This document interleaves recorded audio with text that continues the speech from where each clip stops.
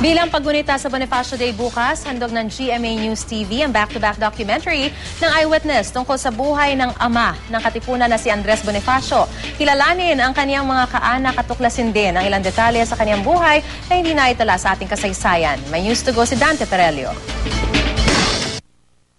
Sino nga ba ang kauna-unahang Pangulo ng Pilipinas? Si Emilio Aguinaldo o ang tinaguriang ama ng Katipunan na si Andres Bonifacio?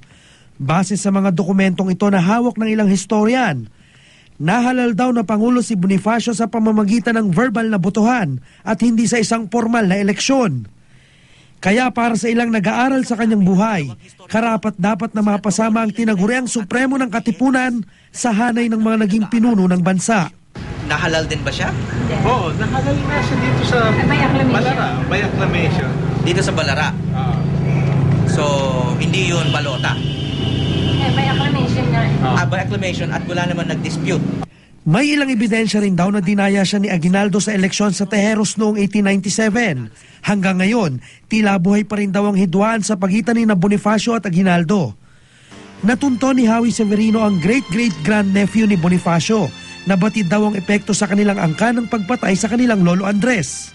Some of the relatives of Andres Bonifacio, yung mga pinsan, mga kamag-anak, yung iba sa kanila, nagpalit ng apelyido. Yung iba, kineri yung apelyido, pero of course, umalis ng Maynila.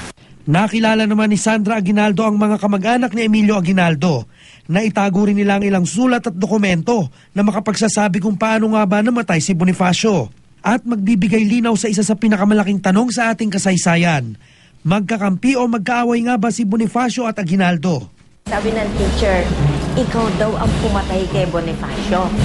Sabi ko, nagsumbong ako, umiiyak ako sa lolo ko eh. Lolo, hindi ka pumapatay noon, di ba? Sabi ko ganoon. Pinatay mo daw si Bonifacio? And yun, sabi sa akin, hindi hindi. Sabi niya, maiintindihan mo yan. Dante Perelio, GMA News.